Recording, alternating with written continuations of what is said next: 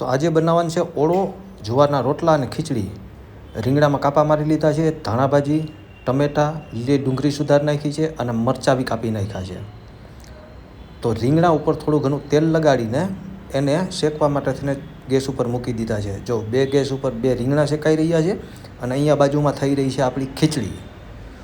તો રીંગણા મસ્ત શેકાઈ ગયા, એની ઉપરથી છાલ ઉતેડી નાખી અને હવે આપણે એને મસ્ત આ રીતના સ્મેશ કરી લીધા.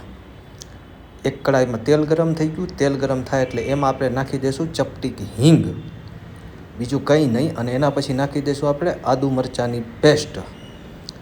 એ થઈ ગઈ એટલે એમાં નાખી દીધી લીલી ડુંગળી, ટમેટાં અને કાપેલા મરચાં. એને મસ્ત થોડીક વાર સાંતળી લેશું અને એના પછી એમાં હળદર અને નમક નાખીને એને થોડીવાર માટે થઈને હલાવીને પાકવા દેશું. પછી ધાણા જીરું, મરચાંની ભૂકી, બધા મસાલા નાખીને એમાં નાખી દઈશું આપણે આપણા સ્મેશ કરેલા રીંગણા. એટલે આપણો ઓળો બનીને તૈયાર થઈ ગયો. અહીંયા જુવારનો લોટ આપણે બાંધી લીધો છે. કોણ કે પુરુષો રોટલા ન ઘડી શકે, તો જો આપણા રોટલા ઘડવાના તૈયાર થઈ ગયા છે.